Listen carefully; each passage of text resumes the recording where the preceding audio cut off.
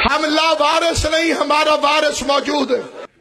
آل محمد کی قسم کھا کے کہتا ہوں، امام شیخ سادات عظام تشریف فرما، یہ سورہ فتح ہے اللہ کا قرآن، میں سر پہ رکھ کے مجمع عام میں کہتا ہوں۔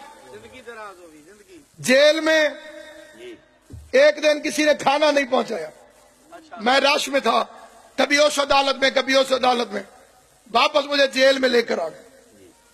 مجھے یاد آیا شادی کے کھانا نہیں ہے میرے پاس، میں نے کہا رات گزر جائے گی صبح آ جائے گا۔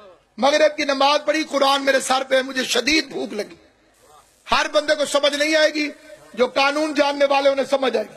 گنتی ہو گئی، جیل بند ہو گئی، تالا لگ گیا، مجھے شدید بھوک لگ گئی۔ میں نے کہا رات کیسے گزرے گی؟ اللہ کا قرآن ہے، دو جہانوں کا سردار ہے، اسے ہاتھوں پہ رکھ کے منبر رسول پر مجلس حسین میں کہتا ہوں، میں نے اسی مقام پر توسل کیا جناب سیدہ کونین سے۔ میں نے کہا بی بی وکیل موکل کو بڑے پیارے ہوتے ہیں،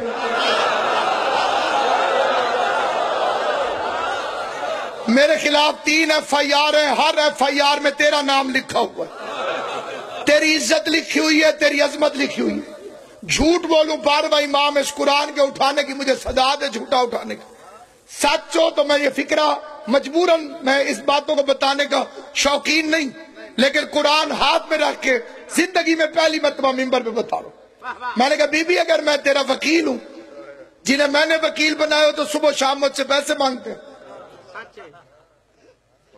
اگر اپنی وکالت میں مجھے قبول کیا ہے تو میں بھوکا نہیں سونا چاہتا۔